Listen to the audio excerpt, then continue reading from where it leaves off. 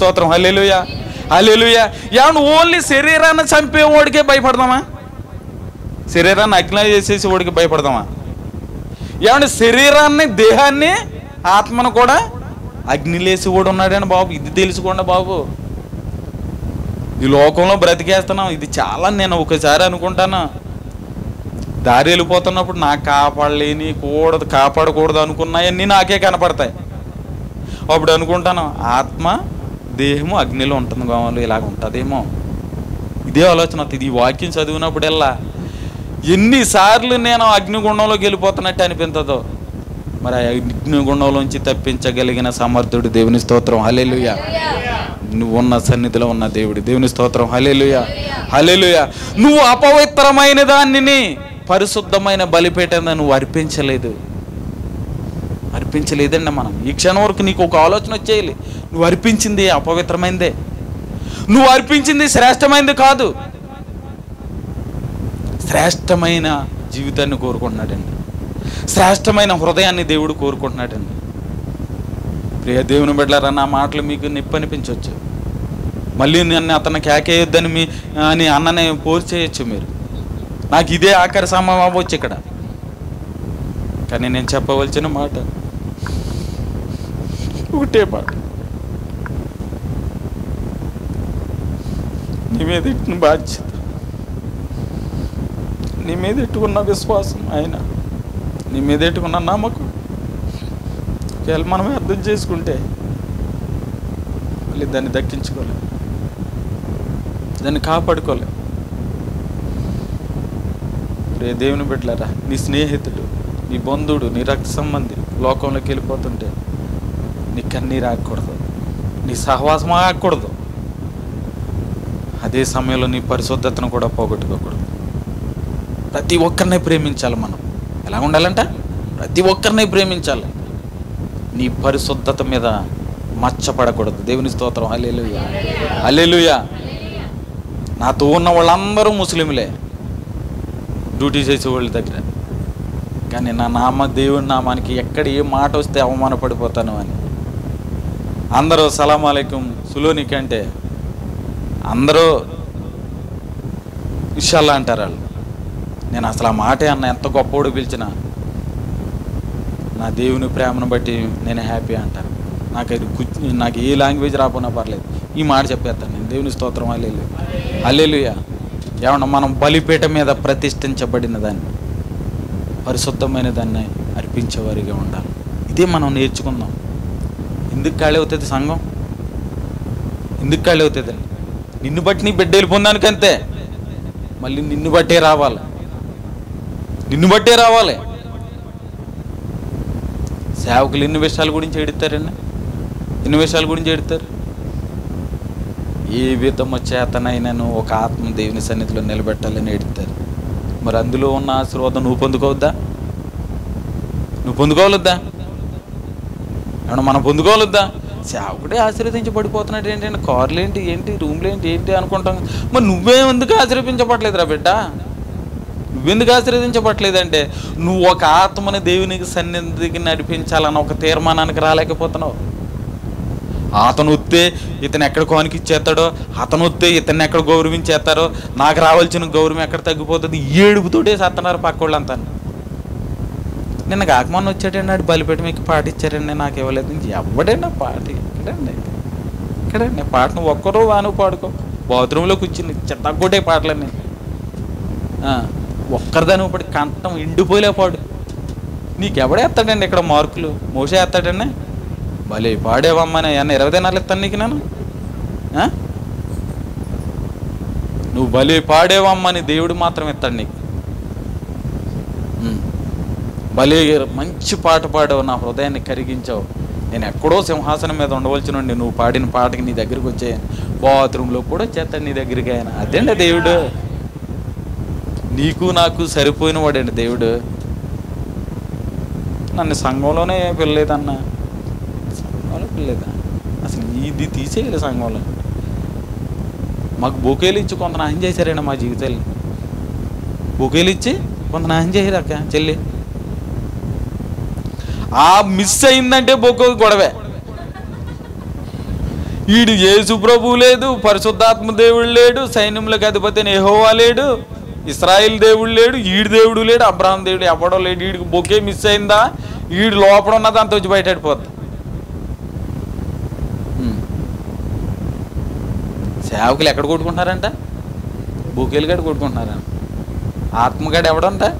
చల్లారిపోయి ఉన్నారంట. దేవుని స్తోత్రం, హల్లెలూయా. చదువు తెలి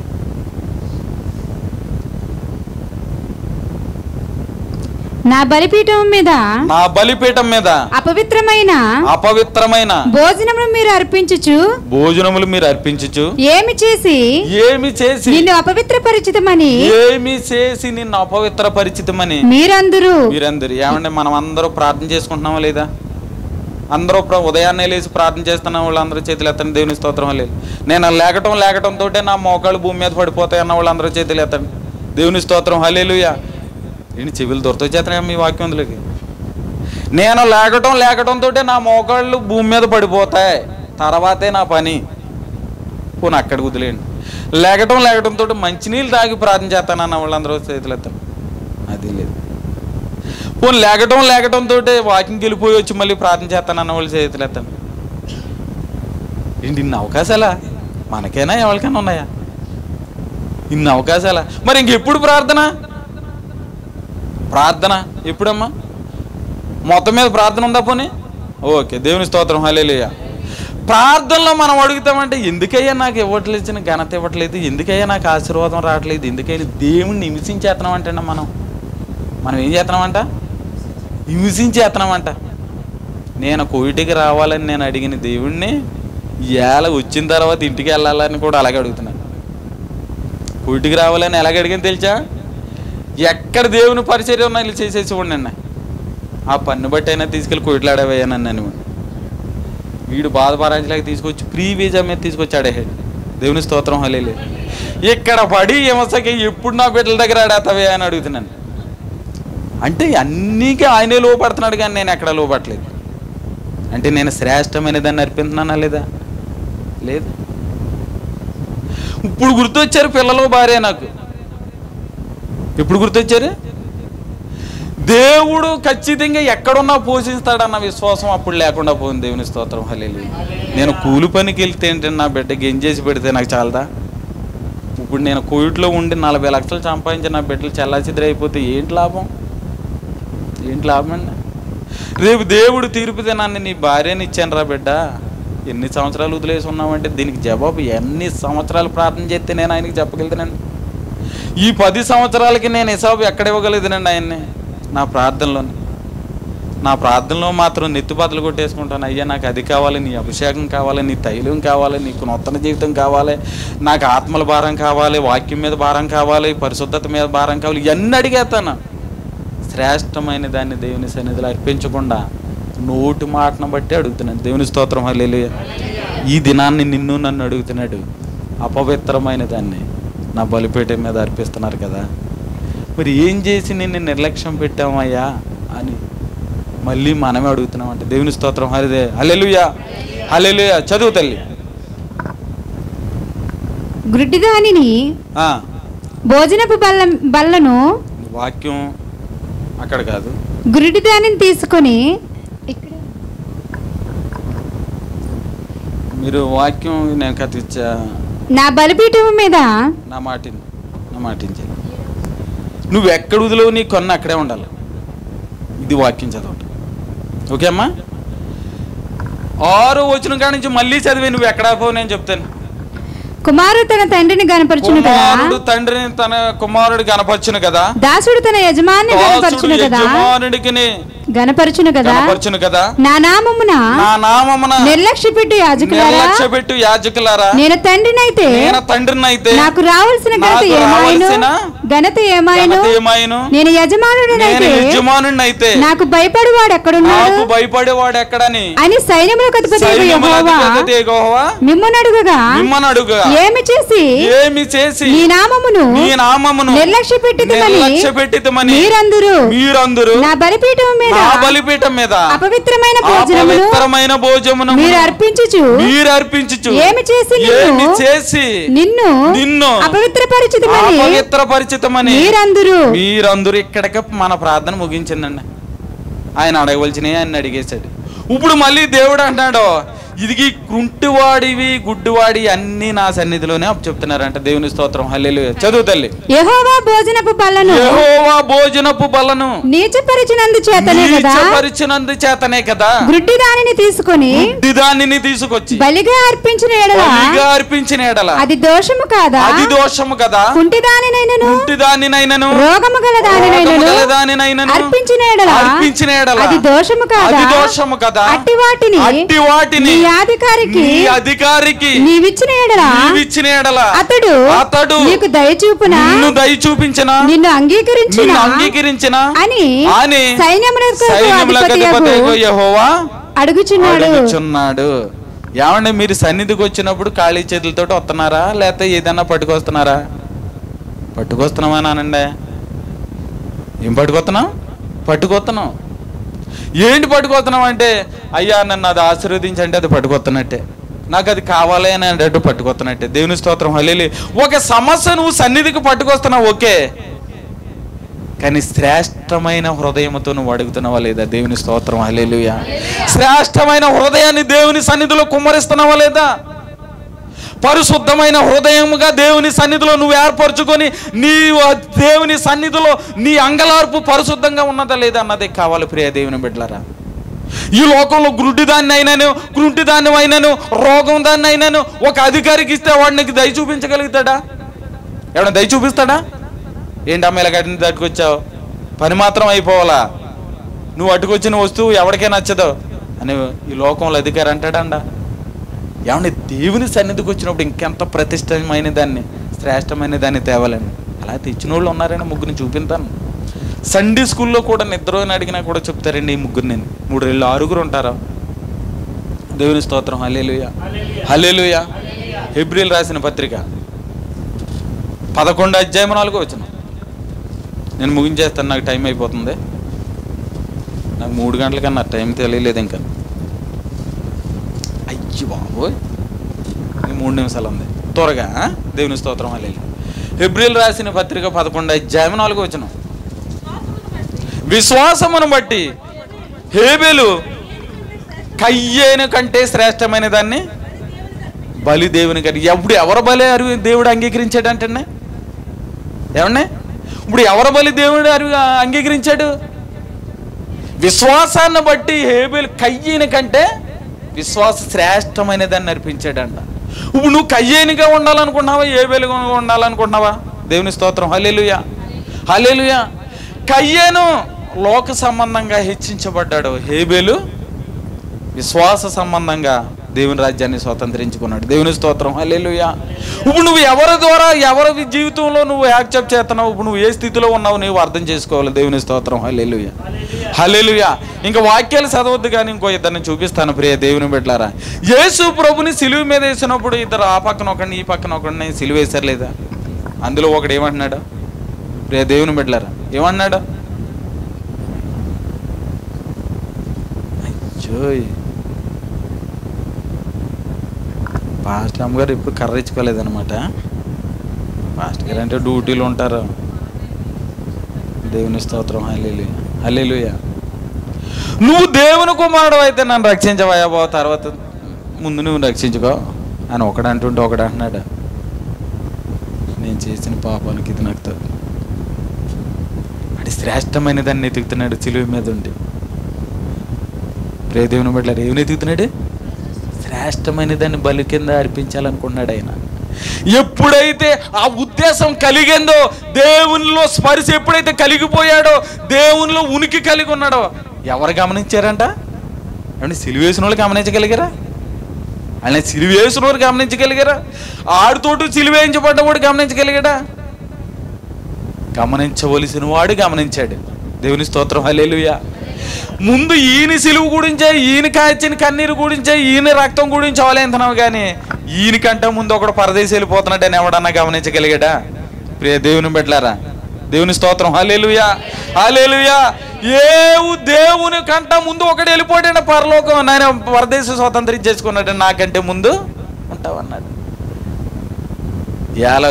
ఎవళ్ళు మేము అర్పిస్తున్నావో సేవకురాలు చూడకపోవచ్చు, సేవకుడు చూడకపోవచ్చు, సాటి సహోదరుడు చూడకపోవచ్చు, నువ్వు అర్పించేది శ్రేష్టమైనదా కాదా అని దేవుడు చూస్తున్నాడు. దేవుని స్తోత్రం. హల్లెలూయా, హల్లెలూయా, హల్లెలూయా.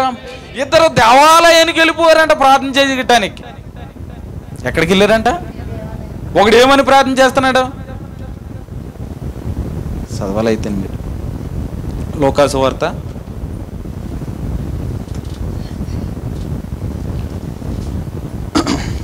18:10 చదువు తల్లి.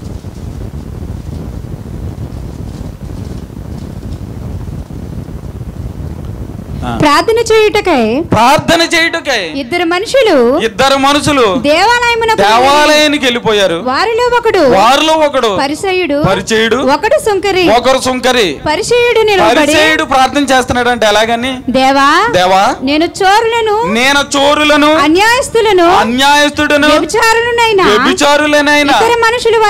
ఇతరుల మనుషుల వలనైనను ఈ సుంకరి వలనైనను ఉండనందుకు నీకు కృతజ్ఞతాస్తుతులు చెల్లించుచున్నాను. ఈడు ప్రార్థన చేస్తున్నాడు, తప్పులేదు ఇతను ప్రార్థన చేస్తున్నట్టు. ఎందుకంటే ఇతను చూస్తున్నాయన్నీ పక్కోడు వ్యభిచారం చేస్తున్నట్టే, ఇతను చేస్తున్నాయన్నీ తప్పులని గమనించిన వాడే చేస్తున్నాడు దేవుని సన్నిధిలో. దేవుని స్తోత్రం. హల్లెలూయా. అతన్ని హెచ్చిస్తూ, అతన్ని దేవుడు తప్పులు ఎదుటివాడిని చూపిస్తూ ఈడేమైపోతున్నాడంట? దేవునికి దూరం అయిపోతున్నాడంట. శ్రేష్టమైన దాన్ని పోగొట్టేసుకుంటున్నాడంట. దేవుని స్తోత్రం. హల్లెలూయా. ప్రతిష్ఠించమైన దాన్ని పోగొట్టేసుకుంటున్నాడంట. లౌకికమైన దాన్ని దాంట్లోకి వెళ్ళిపోతున్నాడంట. ప్రియ దేవుని బిడ్డలారా, ఓకే ఇతడు తప్పు చేస్తున్నాడని చెప్పు దేవునికి, కానీ నువ్వు ఆ సేమ్ టైం నువ్వు పోగొట్టుకోకు. నువ్వు కాపాడడానికి ఇది కాపాడుకోవాలి. మరి ఇతనే ఇంకొకడు ఏం ప్రార్థన చేస్తున్నాడో చూద్దాం. చదువు తల్లి. వారానికి 2 మార్లు ఉపవాసం చేయొచ్చు. నా సంపాదన అంతటిలో 10వ వంతు చెల్లిస్తున్నానని తనలో తాను ప్రార్థించుచుండెను. అయితే సుంకరి ఇతనండి ఇదేనా మనం నేర్చుకోవాల్సిన ప్రార్థన. మనం ఇదేనా ప్రార్థన నేర్చుకోవాలి. అప్పుడండి సన్నిధి దేవుని నమ్మని మహిమకరంగా ఉండిపోతుంది. నువ్వు కూర్చోటానికి చోటు ఉండదండి, నిలబడి అనవలసిందే, కనవాళ్ళందరూ కూర్చోవలసిందే. నేను నిలబడి ఉంటానన్న వాక్యం కనవాళ్ళందరూ వచ్చి కూర్చుంటారు కదా అన్న వాళ్ళందరూ దేవుని స్తోత్రాలు చెల్లిందా? హల్లెలూయా. అంటే నీ విశ్వాసం ఏం చేయాలి? అంత కిక్కిరిచిపోయి నేను నిలబడి చోటిస్తాను నా పక్క సహోదరులు కానీ నీకు ఉండాలి. దేవుని స్తోత్రం. హల్లెలూయా. అంటే అటువంటి జన సమూహాన్ని దేవుడు సన్నిధికి రప్పించును గాక. హల్లెలూయా, హల్లెలూయా. నూతన అభిషేకము, నూతన బలము, నూతన శక్తి, నూతన దర్శనము ఎక్కడ్రా చూపించాను అంటే దేవుని సన్నిధిలో. మా సన్నిధిలో ఖాళీ లేదండి.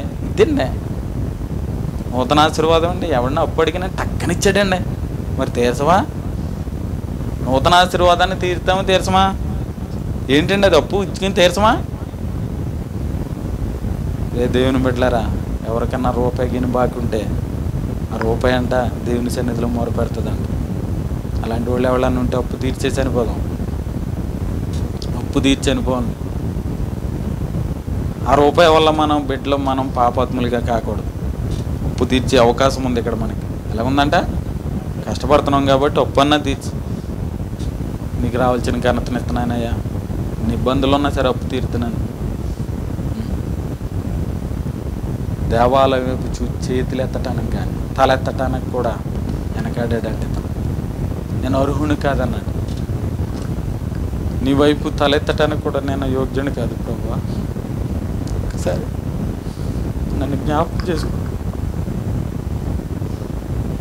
ఈ లోకంలో విలువ లేదా? ఈ లోకంలో గౌరవం లేదా? ఒంటరిదానిగా మిగిలిపోతున్నావా? ఒంటరిగాడు మిగిలిపోతున్నావా? కుటుంబంలో సమస్యల, బిడ్డల సమస్యల, ఉద్యోగంలో సమస్యల, సంఘంలో సమస్యల.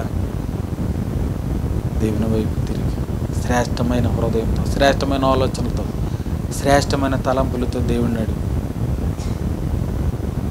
సమృద్ధిగా దేవుడు నీకు దయచేసే దేవుడు. దేవుని స్తోత్రం. ఎలాగ ఉన్నాడు? చదువుతలేవు.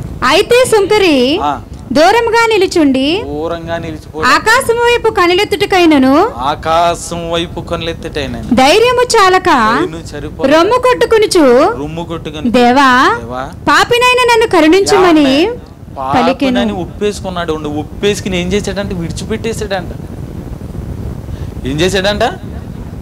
ఏమన్నా పట్టణంలోకి వెళ్ళి నేను తప్పు చేశానని చెప్పి, నేను ఏ తప్పు చేతనానో ఆ తప్పు చేసినోడు, నా తప్పుని నన్ను ఎత్తి చూపించినోడు అక్కడ ఉన్నాడు అన్నాడు.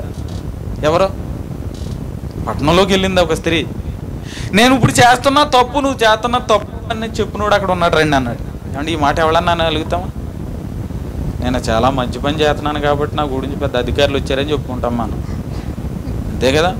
ఇవాళ ఎమ్మెల్యే పలకరించాడంటే ఎందుకు అనుకుంటున్నావురా? నేను కోట్లు ఉండి సంపాదించినాను కాబట్టి, లేకపోతే మా ఇంట్లో 20 మంది ఓట్లు ఉన్నాయి కాబట్టి ఇది చెప్పుకుంటాం. ఏదో చెత్త ఎమ్మెల్యే గురించి, ఒక అధికారి వచ్చి పలకరించినందుకు గురించి. సర్వశక్తి సంపన్నుడు నా పితరులైన దేవుడు, నా దేవుడు నేను చేసిన తప్పును నాకు చూపించాడు. అది 10 మందికి చెప్పుకోగలుగుతావా? దీన్ని క్రైస్తవం బిడ్డను బట్టి నేర్చుకోవాల్సిందే. సమరయ స్త్రీని బట్టి ఉతికాడికి వచ్చింది 12 గంటలకి, ఎవరో రారని. అసలు రావాల్సినోడు వచ్చేసాడు. అందరూ వచ్చారు, రోజు వస్తున్నారు. నువ్వు చేస్తున్నదని తప్పు ఎవడో చెప్పలేకపోయారు. ఆ రోజున వచ్చాడు ఒకడు, 12 గంటలకు వచ్చాడు. ఎండవేళ అలిసిపోయి కూర్చున్నాడు, దాహం అయి కూర్చున్నాడు. రావాల్సిన ఆమె వచ్చింది. నువ్వు చేస్తున్నది తప్పు అమ్మన్నాడు. ఎవరికి చెప్పకండి, మరి నేను సిగ్గైపోతానన్నదా? నేను చేస్తున్నది తప్పే అని నాకు ఎత్తి చూపించిన వాడు నువ్వు దగ్గర కూర్చున్నాడు రండి అన్నది. పట్టణాన్ని లెక్కొట్టుకు వచ్చింది. రేపు అలాగే లెక్కొట్టగలుగుతావా? రేపు నువ్వు అలా తీసి రాగలుగుతావా సన్నిధికి? రేపు అలాగే లోకాన్ని రక్షించగలుగుతావా? రక్షిందాం. దేవుని స్తోత్రం. హల్లెలూయా. ఆకాశం వైపు కన్నులెత్తటానికి, దేవుని వైపు చూడటానికి కూడా నేను యోగ్యుని కదా అన్నాడు. చదువు తల్లి. పాపినైనా నన్ను కరుణించమని పలికెను. అతనికంటే ఇతడు నీతిమంతుడిగా తీర్చబడి తన ఇంటికి వెళ్ళినని మీతో చెప్పుచున్నాను. హల్లెలూయా. చాలు తల్లి. హల్లెలూయా. అందరూ 2 చేతులు దేవుని స్తోత్రాలు చెల్లిందాం. హల్లెలూయా. హల్లెలూయా. మొదటిగా దేవుణ్ణి దేవుడిగా మహింపరచాలి. రెండోదిగా ప్రతిష్ఠించబడిన దాంట్లోంచి లౌకికమైన దాన్ని, అపవిత్రమైన దాంట్లోంచి పవిత్రమైన దాన్ని వేరుపరిచేవాడిగా ఉండాలి. మూడోది, నువ్వే కుమారుడు అయితే తండ్రిని కనపరచాలి. నువ్వే దాసుడు అయితే యజమానుడికి భయపడాలి. శ్రేష్టమైన దాన్ని అప్పచెప్పాలి. కయ్యేను హేబేలును ఒకసారి జ్ఞాపం చేసుకోండి. సిలువు మీద ఉన్న దొంగని, 2 దొంగలను ఒకసారి జ్ఞాపం చేసుకోండి. దేవాలయానికి వెళ్ళిన ప్రార్థన చేసిన వాళ్ళని ఒకసారి జ్ఞాపం చేసుకోండి. అప్పుడు నీ జీవితాన్ని జ్ఞాపం చేసుకుని మోకరించండి. దేవుని నామానికి మహిమకరంగా దేవుని సన్నిధిలో ప్రార్థించండి, అడగండి. దేవుని పొందుకోండి. దేవుని స్తోత్రం. హల్లెలూయా. కళ్ళు మూసుకుని చిన్న ప్రార్థన.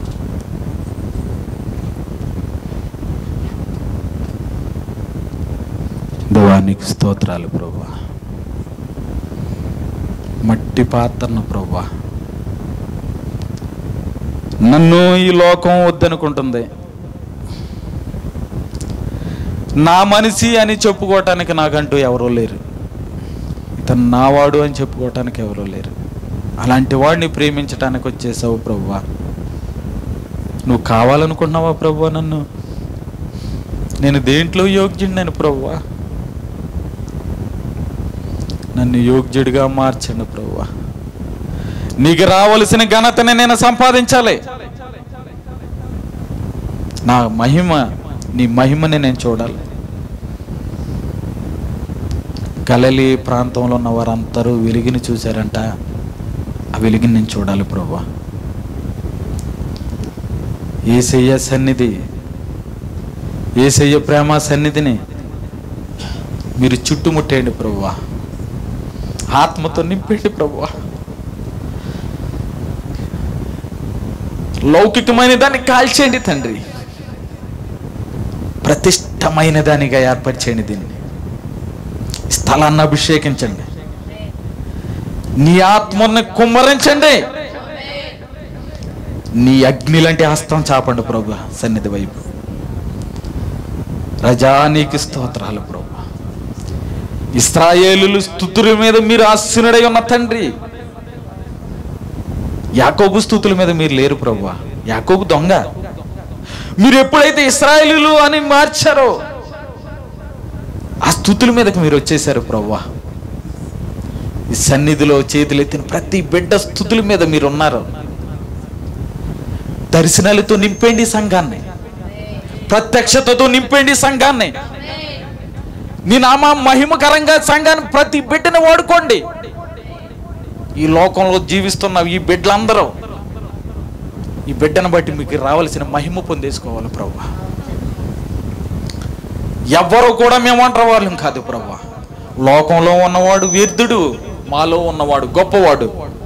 లోకంలో ఉన్నవాడు బలహీనుడు, నాలో ఉన్నవాడు గొప్పవాడు అని మేమెత్తి నిన్ను చూపించేవారిగా స్థిరపరచండి.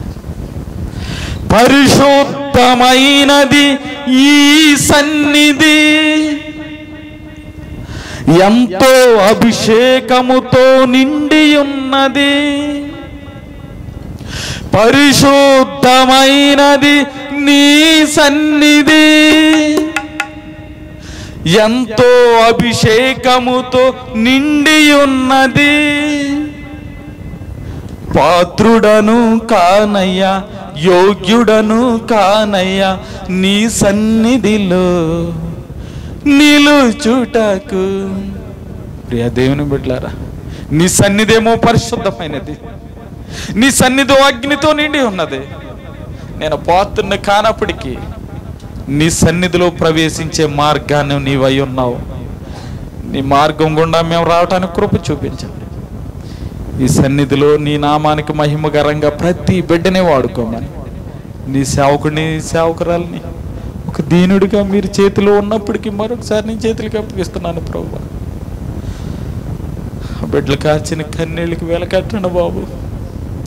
ఎక్కడ సిగ్గుపడవద్దు ప్రభు, ఎక్కడ అవమానపడవద్దు, ఎక్కడ ఆకలి కొనవద్దు ప్రభు. ఆయన బిడ్డలతో సహా ప్రతిష్ఠించమైన దాన్ని, శ్రేష్టమైన దాన్ని నీ సన్నిధిలో అప్పచెప్పే బిడ్డగా నేను స్థిరపరచండి.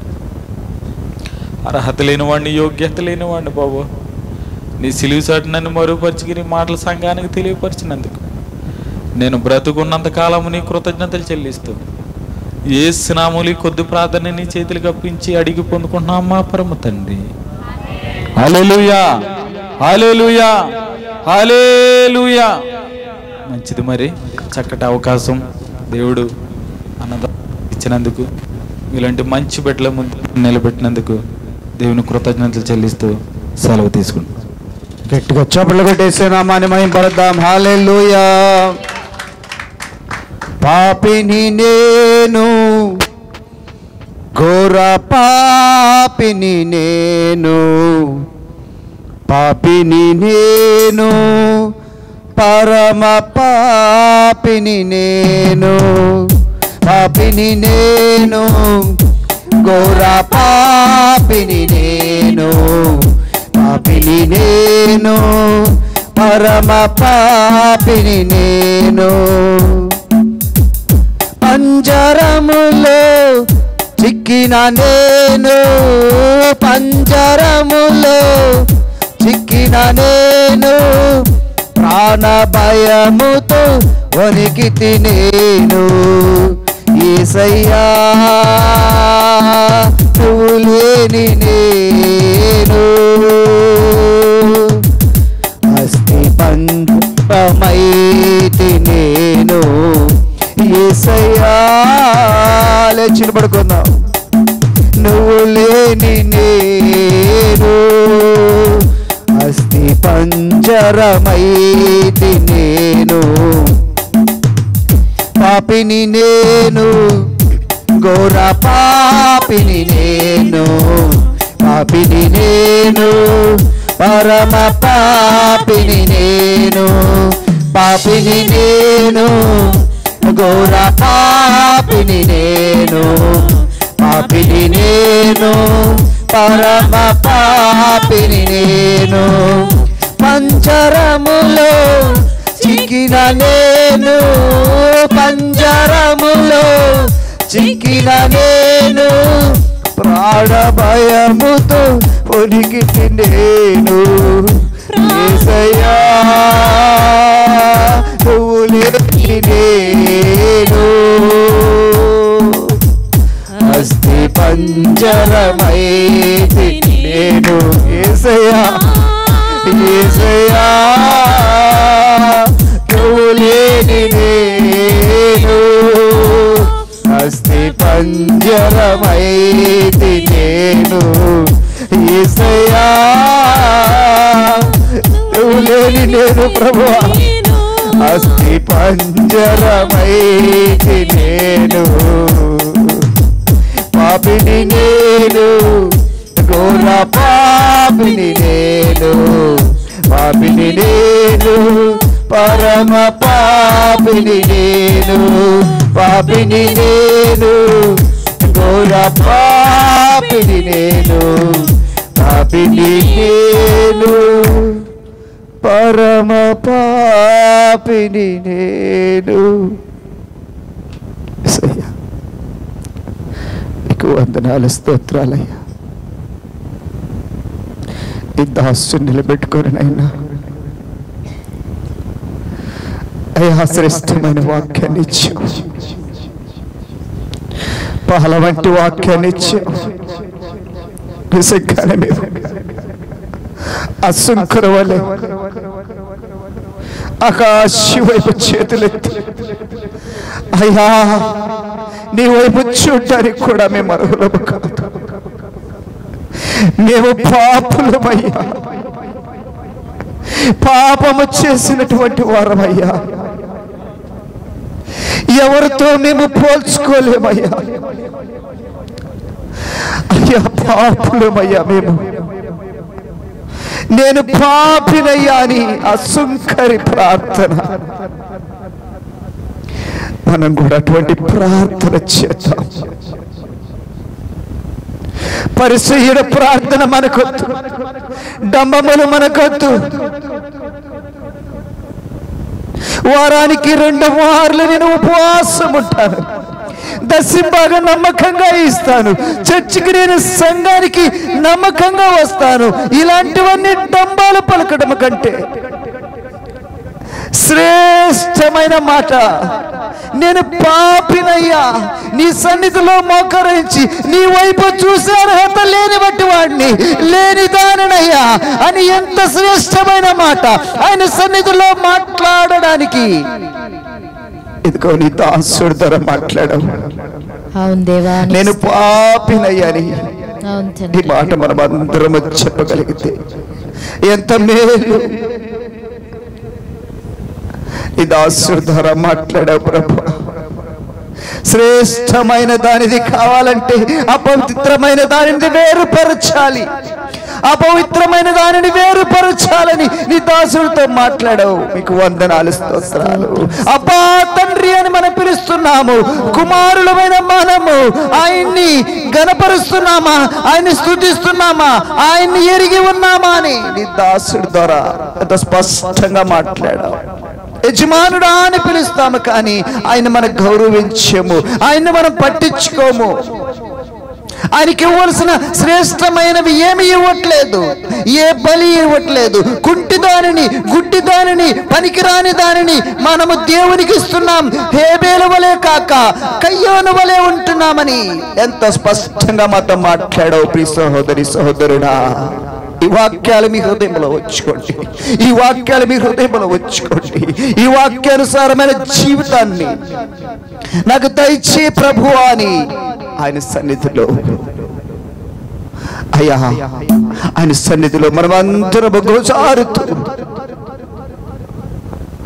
ఈ దాసుని ఇంకా బహుబలంగా వాడుకొని అనేక ప్రాంతాల్లో అనేక ఆత్మలు రక్షణ కొరకై భారము కలిగి ప్రయాస కలిగి ఉండుటకు ఇంకా వాడుకోండి ప్రభువా. మీకు వందనాలు స్తోత్రాలు చెల్లించుకుంటూ ఇదిగో నాయన తండ్రి ఇటు రీతిగా నీ సన్నిధిలో మేమందరం చేరి ఇదిగో నాయన తండ్రి నిన్ను స్తుతించి గణపరిచాము. నీ శ్రేష్టమైన మాటలు వినడానికి మాకు ఇచ్చిన ఈ ధన్యతను బట్టి అయ్యా నీ దాసుని నిలబెట్టి మాతో సూటిగా స్పష్టంగా మాట్లాడినందుకు మీకు కృతజ్ఞతాస్తుతులు చెల్లిస్తూ నజరేయుడు సజీవుడు అయిన యేసు అతి పరిశుద్ధ నామములో అడిగి వేడుకుంటున్నాం తండ్రి.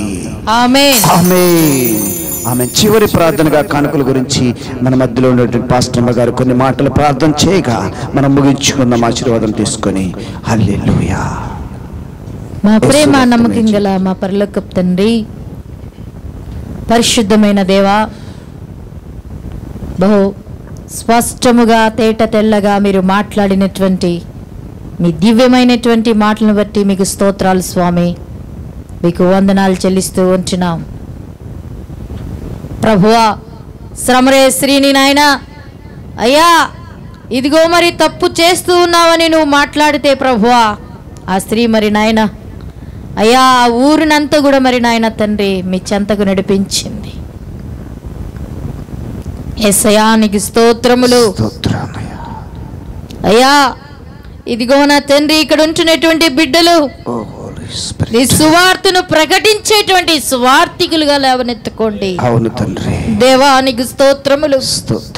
సువార్త భారమును వారికి దయచేయండి. నీ సన్నిధిలో నాయన పరిశుద్ధముగా వారు జీవించుటకు సహాయం చేయండి ప్రభువా. లోకము నుండి వేరుపరచండి ప్రభు. ఈ పరిచర్యను విస్తరింపచేయండి అయ్యా. ఆస్తి వద్దు ప్రభువా. అవును తండ్రి. బంగారు వద్దయ్యా, వెండి వద్దయ్యా, ఆత్మలు దయచేయండి అయ్యా. యేసయ్యా నీకు స్తోత్రములు. ఆత్మలు దయచేయండి అయ్యా. యేసు నీ పరలోక రాజ్యమునకు నాయన వారిని వారసులుగా చేసుకో ప్రభువా. ఈ ప్రాంత ప్రజలకు విడుదల దయచేయండి. సాతాను శక్తులు కూల్చబడాలి ప్రభువా. దానికి సిగ్గు కలగాలి తండ్రి.